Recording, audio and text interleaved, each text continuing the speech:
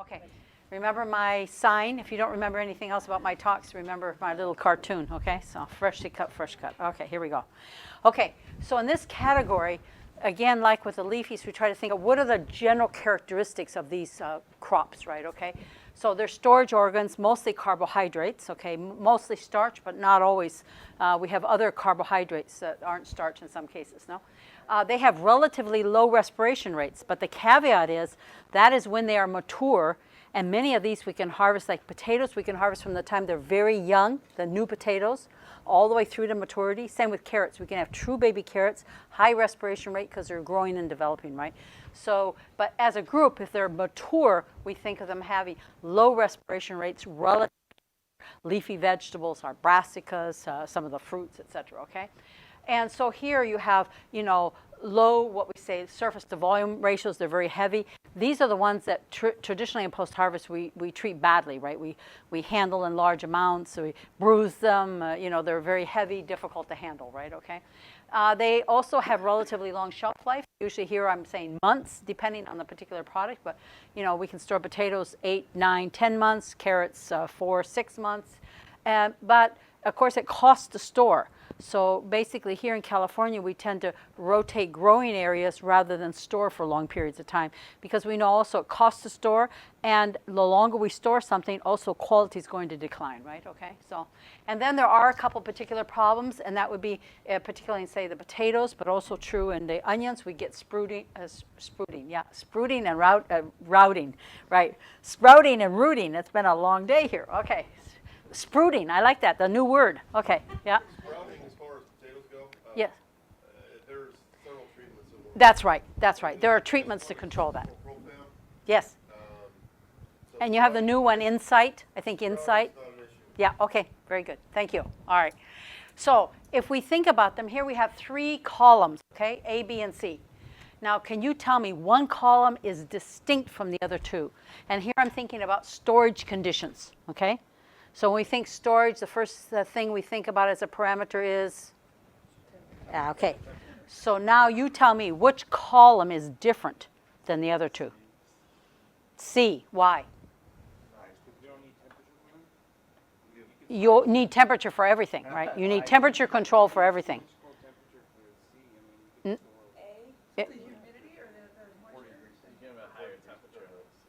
Yes, C at higher temperature. In other words, another way to think of it is all of those in column C are chilling sensitive. Notice the tricky one is people don't realize potatoes. We don't store potatoes near 32. We store them in the 40s, 42, 44, 45, depending on the variety for long periods. They're slightly chilling sensitive compared to some of the tropical root crops like the yams and the sweet potatoes and cassava. But those are all chilling sensitive. Now, why are onion and garlic in blue? I made a mistake? No, it's a reason. Because all of them we want high humidity except those 2, and those we tend to store to prevent superficial mold growth and also rooting, actually. We want to keep them around 65% relative humidity. So in the storages, you'll see those recommendations, 65, 70%, and that's quite distinct from the others, okay? So those are the main differences, okay? So we can add a few more crops, but you can see. Okay, so those are, okay? Those are the idea. Okay, so here we go. So think a little bit about the fresh cut onion, okay? So onion variety, growing areas, variation in composition, pungency. There are simple techniques to get at the pungency. That's the generation of sulfur compounds that add the pungency to the onions, right? The storage onions are more pungent than the short day sweeter onions, right? Okay, so we have those different categories of onions. The sweeter onions have more water, so they're more watery, but they're also less pungent, okay? Okay, so, and here, I don't know a lot about the conditions before storage, but I can tell you I was involved in a project about salsa. And the salsa manufacturer was saying it was the onions that was ruining the salsa.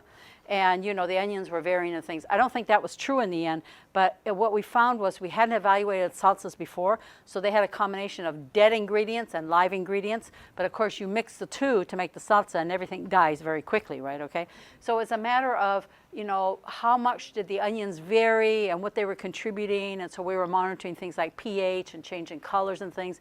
And this went over for months. Okay, so we were storing the salsa for months. Okay, but it wasn't really a fresh cut live product. Okay, so we thought thought initially it was, but it died, those live parts died very quickly.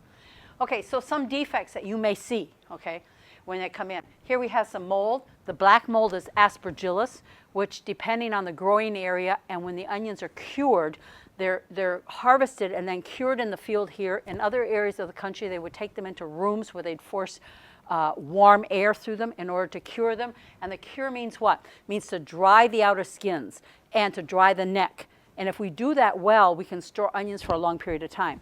But if we cut the onions before they are mature, we will have a fleshy neck on the onions, and even that curing process is not enough, and we'll get a lot of decay in the neck area. So you may see if you cut this longitudinally, like in this case with the botrytis, you may see the mold growing right down into the neck area, okay? So you get that kind of mold. The aspergillus is related when we have very hot conditions, and so there are times of the year where it's too warm for our curing conditions, and we'll see a fair amount of aspergillus, and that's fairly common. This is sunburn on onions, so you can see that type of thing.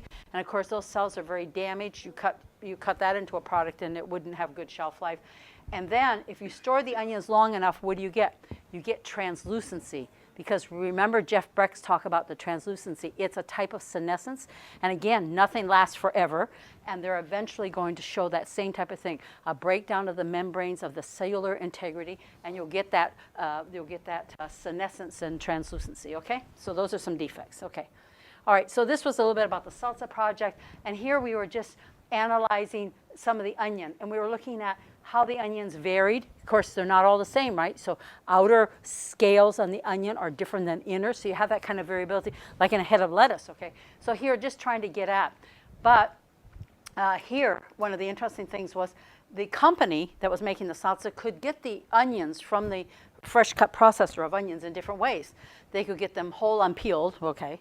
But from the processor, they could get them whole peeled, quarter diced, or quarter diced and washed, unwashed and washed. So here we were just characterizing, okay, what do those look like, okay, when they get that product in. And it turns out from a dry weight standpoint, soluble solids, and a pungency standpoint, they're all different product, right, that they were adding to their salsa. So part of it was just to characterize what were those different onion products that they were getting in to make the same salsa. So it turns out, yes, the onions varied a fair amount, okay, yeah.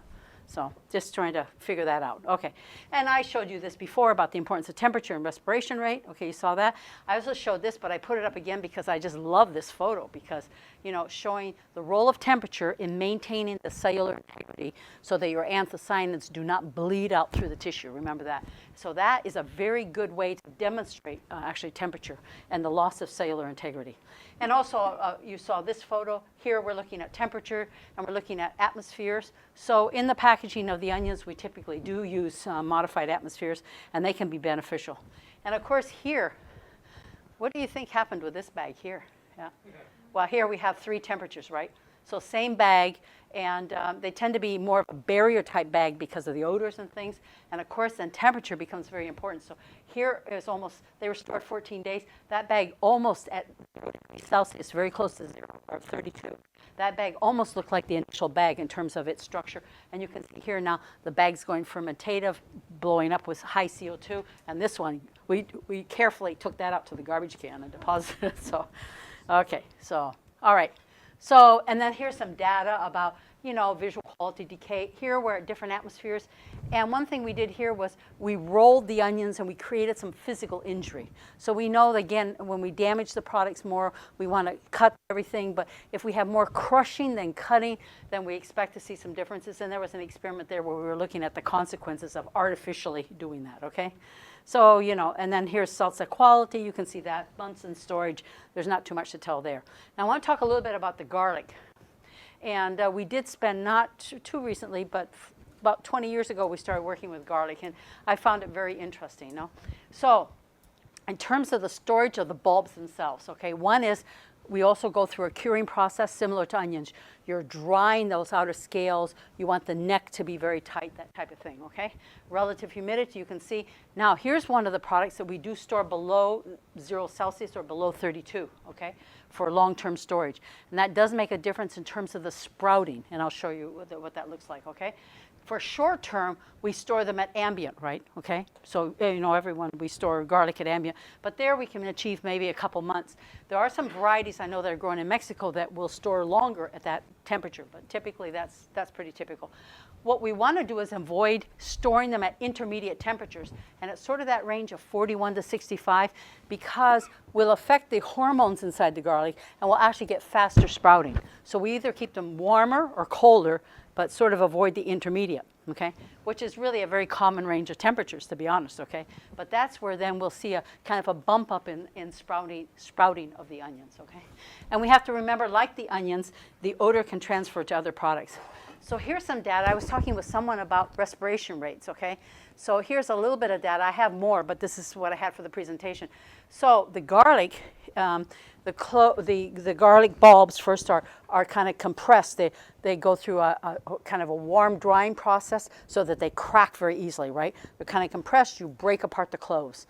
Then the cloves are put inside chambers in which you have compressed air that'll essentially peel them. Some do a wet process, some do a dry process. But in that mechanical peeling, they bounce around inside these chambers, right, okay? So you get mechanical damage. So here what we're looking at, if we just look at the unpeeled cloves, the respiration rates, manually peeled. So even that manual peeling, doing it carefully, you can see we affected the respiration rate over a period of time. This was several days average.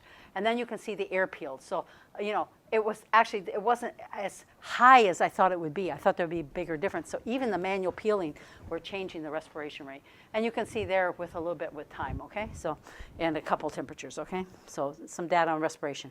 So now here, visually, so we have commercially peeled and packaged, okay? So there are a couple big companies here in California, and through the years we've worked with both of them doing some experiments, okay? And so here, commercially peeled and packaged, so we do get a lot of damage. So here you begin to see obviously 59 degrees Fahrenheit. I mean, we just put that in there as academic, right? But you can see now where do the molds grow? They're going to grow on the damaged areas, right? Like everything else, right? Now at 50 degrees Fahrenheit, and these were stored for 9 days, okay, in this experiment, you can see the damaged areas, you can see how they're beginning to deteriorate, right? It might not exactly be mold yet, but they're going to be areas of deterioration. And that brings me to the point where sometimes you'll see in the literature people will say instead of decay, they say deterioration.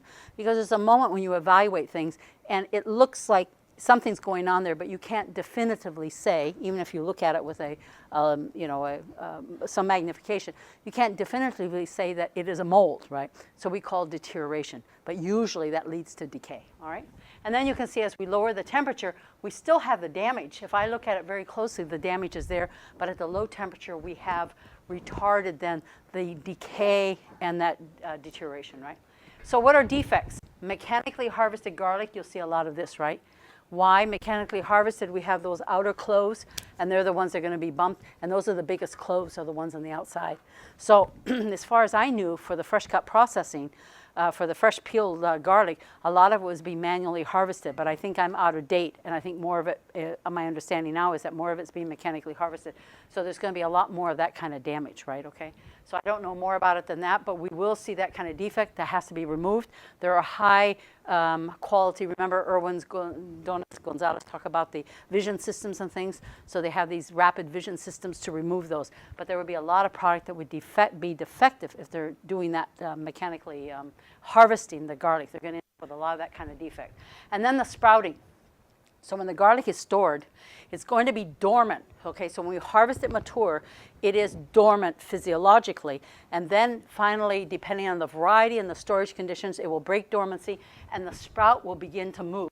So here, it's dormant. You can see here, it's a little hard to see, I know. The sprout is about 50% the length of the clove, okay?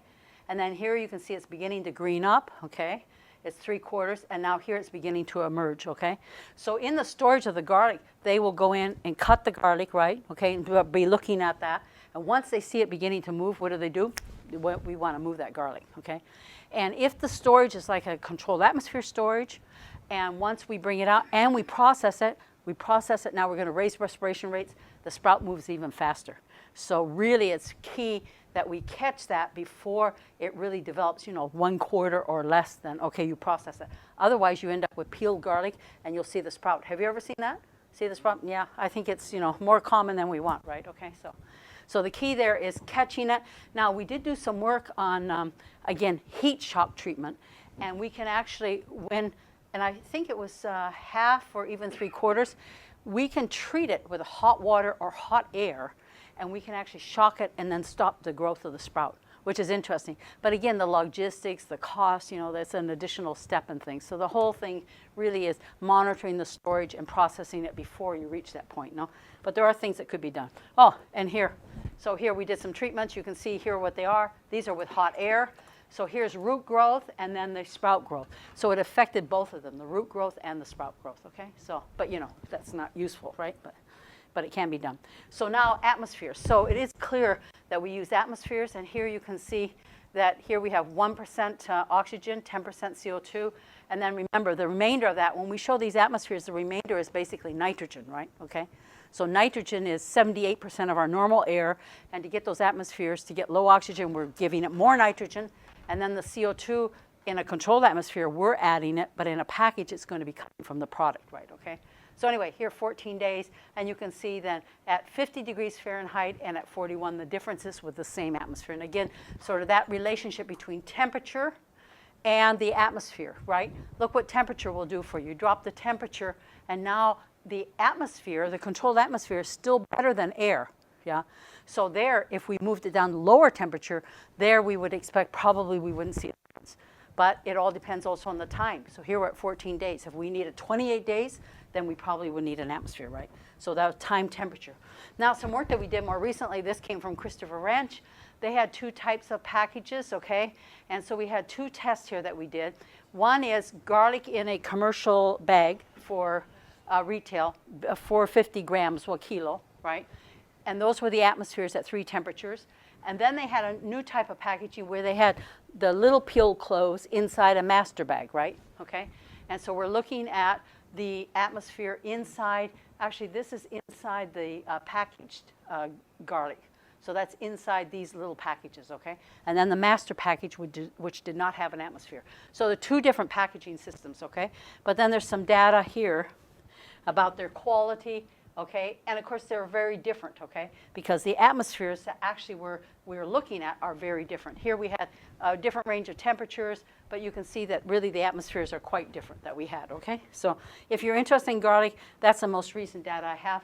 And then we measure the pungency like we would in onions. There are a couple techniques. One is a pyruvate method, where it's a byproduct then of the pungency. So that sulfur compound is converted, okay, when we bite into the onion or you cut it, you set into motion a reaction, and one of the byproducts of that reaction is pyruvate, which we can measure.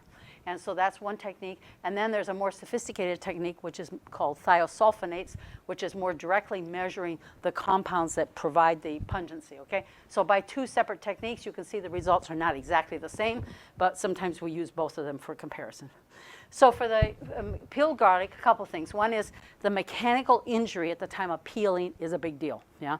That's why we're using the the modified atmosphere.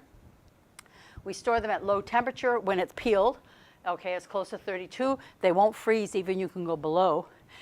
Actually, there were some shipments that I got involved in kind of a lawsuit, I guess. I regretted. But anyway, what happened was, what happened was there was garlic that was being sent frozen into Europe. And because it was frozen, they paid less tax, right? Okay, so there was an import tax. If they imported it fresh, I think it was coming from China. If they imported it fresh, they had to pay a higher tax. So they would send it, quote unquote, frozen, okay? And they were just at the point of freezing it, right, okay? And then they would thaw it out and sell it fresh. So what tramposos, we say in Spanish, right? I mean, what a scam, okay, once I figured it out. Anyway, but it was kind of interesting because knowing that the garlic doesn't freeze until you got down to like -4, depending on the content. Sometimes the dry weight of garlic is 45%, it's very high dry weight. So you can drop the temperature -5, here I'm going to say Celsius, 4 or 5 degrees Celsius before it actually will start to freeze. So you've got some room to play there, okay? So same with fresh cut, fresh peeled. We actually could drop the temperature on that product to get the longer shelf life that sometimes we need, okay? Yeah. Then the heat shock treatments, and then there's some other things. And the other thing is that here we're talking about the crowns, and what those are actually the stem plates. So sometimes when they peel the clove, you have a piece of hard material on the end, right? That I think the industry calls crowns. And trying to remove those has been a big issue. I don't know if it still is. Is it? Yeah? The crowns? Yeah? Anyway, that was something, yeah. So it would be pieces of the stem, actually, that they weren't unable to remove. Sometimes it would stick, yeah? So we didn't figure out what that was, but I know that was an issue. Okay, the last minus 2 minutes here, I guess, okay? Potatoes. So in potatoes, they're fairly complicated, right? We have potatoes that are short-term crop. Think of the onions. We have our sweeter onions, and then we have our storage onions. Same with potatoes. We have short-term storage onions. They tend to have lower amount of starch, and then we have our storage potatoes. So those that end up being fresh cut or things could be both, right? Mostly, if we think about, you know, French fries and things like that, that's going to be the long-term storage onions, the high starch. But within the market, especially in Europe, they're doing, you know, potatoes that are different qualities. They're younger potatoes, and there's a whole range. Like our lettuces, ooh, that's what they have in potatoes. It's amazing the variation they have in the fresh cut and ready to use potato section, okay? And so then we have a potato, since we use the same potato to propagate, we also have recommendations for potato storage, okay? But the ones we're concerned about are those new potatoes. So what are some problems? Just the defects, the bruising. And remember, we talked about the innate potato not responding to the mechanical damage and not producing the phenolic compounds and things. So that actually, that's what they're touting. One of the big things about that is low bruising, because you've changed the phenolic metabolism, the ability to brown. And also they have less, I think it's tryptophan, no, it's not tryptophan, that leads, asparagine that leads to the acrylamide formation when you fry the potatoes. Anyway, but one of the big ones is the reduced phenolic metabolism. So sprouting is a problem, and then there's a bunch of defects there, right? Okay, so, all right. Talking about that potato Okay, tomorrow. excellent, okay. New product development. Another thing to be a little bit aware of is we have these toxic glycoalkaloids. They're in the solanaceae, right? And so the solanaceae have toxic alkaloids like nicotine, tobacco. That's one, okay? But anyway, the other one is solanine in potato. And if they're exposed to light, you see the greening. So the greening is chlorophyll. But associated with the production of chlorophyll is the production of the glycoalkaloid. So that is something that is not good for us. But in reality, we eat little of it. But you would not want to be processing potatoes that are green because they would have a high glycoalkaloid content. Oh, and the potato sprouts, there was a story sometimes I tell about, you know, somebody who cooked up potato sprouts for her husband and he killed them, right, because they had such a high glycoalkaloid. And I always say, ladies, you may want to file that piece of information away for someday, okay? So, all right. All right. I've never told my husband that story, so he doesn't know about it. All right. So, you know, fresh peeled, fresh cut potatoes, you know, what are our, remember we talked about the sulfites on the potatoes, so what are the strategies? Low temperature. The sulfites are allowed at low concentration, right, okay? And then MAP, low oxygen, high CO2, acidulant. So various options there to try to control the browning. But really with the developments of the ones, the new potatoes like the innate, I mean, that really is a route to go that will be very powerful, right? And this is some of the different varieties of potatoes and just, you know, the discoloration rates and things. And when we worked with potatoes, we were looking with one that browns a lot in order to do our experiment that I already talked with you about, okay? Now, one of the interesting things was this person here came to work with me many years ago, or 10 years ago or so, this Chinese professor from Shandong. And so he was interested in a lot of the root crops, okay? And so they published this paper, well, now it's several years ago, 4 years ago. But what they were doing is taking the potatoes and they were conditioning them so that they browned less. So these are fresh cut potatoes. And so here, basically what they did was they did what they call curing at 16 degrees Celsius for 10 days. And what's the idea there is they're changing the metabolism in a way that they gave a better performance, less browning, that type of thing. So, you know, different strategies trying to use to improve the fresh cut product, okay? Yeah. So I thought that was interesting because that's something, it's easy to do. It's just a matter of knowing what the conditions are and having a way to do it. And when he was with me, we worked on this American sunchoke, Jerusalem artichoke it's called. It's, I forget the scientific name now. It's, anyway, commercially called sunchoke. It's kind of a nutty tuber, a little bit nuttier than jicama. Anybody know that? Yeah, we thought that that would add, as a root crop, that could add some diversity to some of the vegetable trays. We use jicama. This is much more nutritious. It has, also it's not starchy. Jicama has a lot of starch. This has inulin, which we don't digest. So from a dietetic standpoint, it's a little bit more interesting, right? But bingo, one of the things, jicama doesn't brown like that, right? Okay, so one of the big issues was the browning, and we were trying to control browning, and we did a series of experiments, okay? Okay, and then, sweet potato has become a phenomenon, right? At least I think it still is. So, and that is actually nutritious. You've got lots of carotenoids. It doesn't brown much, and that's a great product. Here for food service is jicama, taro strips, and celeriac, okay? So all those different combinations that can be, rapidly sautéed and things in restaurants.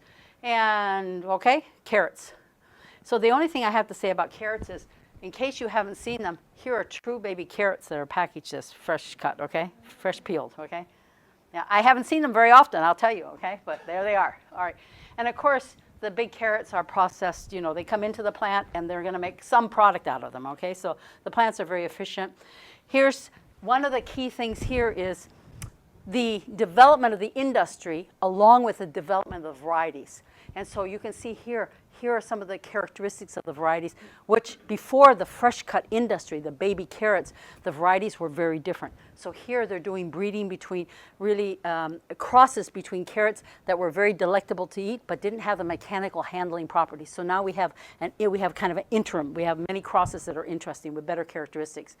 And this is sort of the preparation of those. So one of the things is just before they're cut into the baby carrots, they take the big carrots, cut them into pieces, and then they're basically, we say pulido. Polished is the word, polished, yeah. Yeah, they have, kind of abrasive, that's the word, abrasion. Thank you very much. Thank you. I'm so glad you're here. Abrasion of the pieces. Sometimes those little 2-inch pieces will be stored. And there we have to be careful about ethylene. Because if carrots are exposed to ethylene, they become bitter. And once you cut them, you increase respiration rates and you make them more susceptible. So we've talked with the carrot industry a bit about that, but they're stored relatively little and it's not that big of an issue, okay? But I'll come back to that in just a second. So a couple more slides, okay? So here's carrots, the white blush phenomenon that's related with the drying of the surface, remember, because you're polishing, but you still have those cell wall fragments.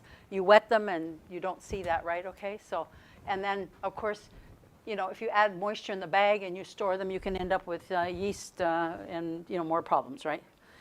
And remember I was doing that with the company, the vegetable tray, we had the 5 ingredients. So it turns out for the carrots, we tend not to use modified atmospheres. We don't need it.